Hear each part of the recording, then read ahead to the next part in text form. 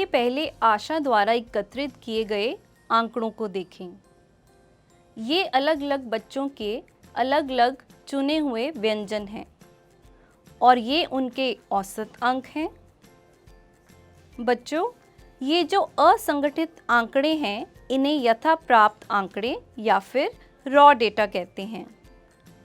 इन आंकड़ों से किसी निष्कर्ष पर पहुंचना सरल नहीं है, तो आइए इनको व्यवस्थित करते हैं। आशा के द्वारा एकत्रित किए गए पसंदीदा व्यंजनों के आंकड़ों को पहले लेते हैं, तो बनाते हैं एक सारणी। पहले स्तंभ में हम ऊपर लिखेंगे व्यंजन, फिर अगले में मिलान चिन्ह और फिर विद्यार्थियों की संख्या। अब हम व्यंजन के नीचे जो जो विकल्प हैं जो आशा ने बच्चों को दिए हैं वह लिखेंगे, जैसे छोले भटूरे, डोसा, राजमा चावल, पाव भाजी। अब अपने आंकड़ों को देखो, इसमें सबसे पहले क्या है? छोले भटूरे। तो उसके सामने इस तरह से एक चिन्ह बनाओ।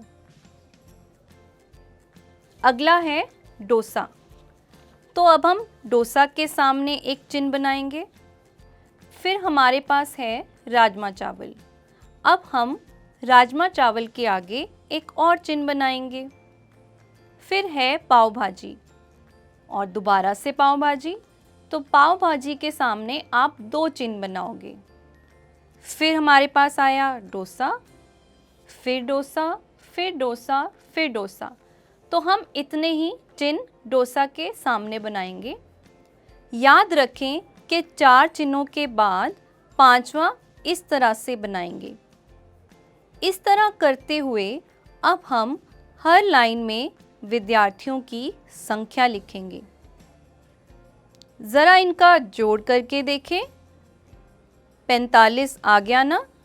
ये बहुत ज़रूरी है कि हमारे जितने आंकड़े हैं यहाँ पर भी कुल उतना ही आए। अब आशा, तुम्हारा काम आसान हुआ। तुम अब साफ साफ देख सकती हो कि कौन से व्यंजन को तुमने कितना ऑर्डर करना है। क्या तुम बता सकते हो सबसे पसंदीदा व्यंजन कौन सा है? जी हाँ, वह है डोसा। और सबसे कम पसंद किए जाने वाला व्यंजन कौन सा है? देखो ज़रा ध्यान से। जी हाँ, वह है छोले भटूरे। केवल 6 बच्चों को ही ये पसंद है। अब हम आशा की मदद करते हैं और बच्चों को उनके अंकों के आधार पर वर्गीकृत करते हैं। इसके लिए हमें बच्चों द्वारा प्राप्त अंकों को वर्गीकृत करना है। तो बच्चों, बनाते हैं एक सारणी। पहले स्तंभ में हम अंकों के समूह लेंगे, 0 से 10, 10 से 20, 20 से 30 इत्यादि। इन्हें वर्ग अंतराल कहते हैं। किसी भी वर्ग अंतराल की 2 सीमाएं होती हैं, निम्न वर्ग सीमा और उच्च वर्ग सीमा। जैसे 20 से 30 में 20 निम्न वर्ग सीमा है और 30 उच्च वर्ग सीमा है। बच्चों, ये ज़रूरी नहीं कि प्रत्येक वर्ग अंतराल में उच्च वर्ग सीमा और निम्न वर्ग सीमा में अंतर बराबर हो, लेकिन अगर बराबर है तो इस अंतर को वर्ग अंतराल की चौड़ाई या फिर माप कहते हैं। बच्चों, हमारे आंकड़ों में सबसे छोटा आंकड़ा 33 है, तो हमें 0 से 10, 10 से 20 और 20 से 30 वर्ग बनाने की ज़रूरत ही नहीं है। हमारे वर्ग 30 से 40 से ही शुरू होंगे। तो आइए बनाते हैं वर्गीकृत बारंबारता बंटन सारणी। पहले स्तंभ में सबसे ऊपर वर्ग लिखेंगे, दूसरे में मिलान चिन्ह, तीसरे में बारंबारता। अब ज़रा आंकड़े देखिए। पहले विद्यार्थी के अंक 33 हैं, तो हम सबसे पहले मिलान चिन्ह 30 से 40 वर्ग के सामने लगाएंगे, क्योंकि 33 30 और 40 के बीच आता है। दूसरा आंकड़ा है 42। बच्चों, वह कहाँ आएगा? जी हाँ, क्योंकि ये 40 से 50 के बीच में आता है, तो इसके लिए मिलान चिन्ह आप 40 से 50 वर्ग के सामने लगाएंगे। फिर है 97, इसको आप 90 से 100 के सामने लगाएंगे। 85 को 80 से 90 के सामने। बच्चों, 80 को किस वर्ग में डालेंगे? सोचो ज़रा, 70 से 80 में या फिर 80 से 90 में। इस दुविधा को हटाने के लिए एक नियम है। नियम क्या है? किसी वर्ग अंतराल की निम्न वर्ग सीमा उसमें सम्मिलित होगी, लेकिन उच्च वर्ग सीमा नहीं होगी।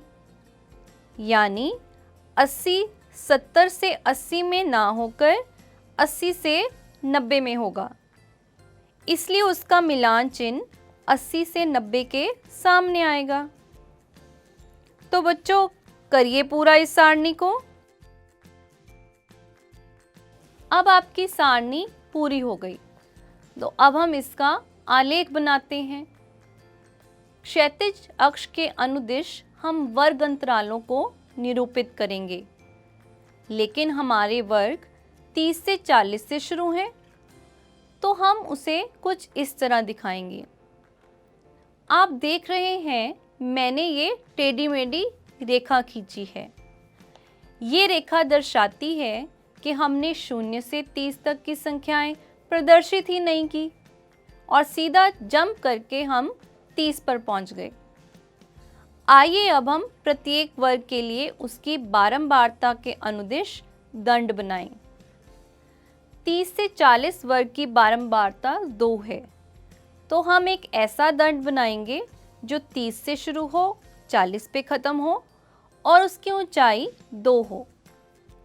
40 से 50 की बारंबारता 7 है, तो हम ऐसा दंड बनाएंगे जो 40 से शुरू हो, 50 पे ख़त्म हो और उसकी ऊंचाई 7 हो।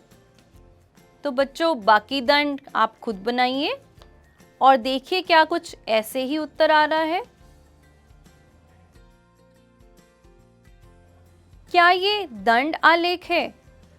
अरे, इसमें दंड तो हैं, लेकिन वे आपस में जुड़े हैं, इसलिए इस आरेख को आयत चित्र कहते हैं।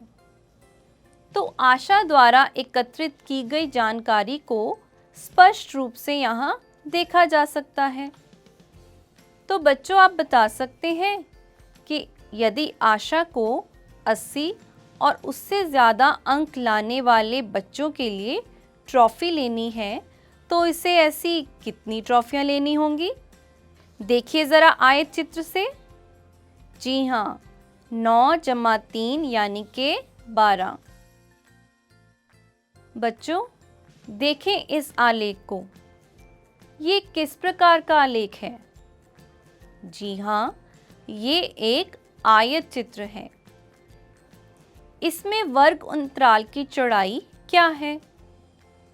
अगर हम पहला वर्ग अंतराल देखें 1 से 2 और उच्च वर्ग सीमा में से निम्न वर्ग सीमा को घटाएं, तो हमारे पास 1 आ रहा है।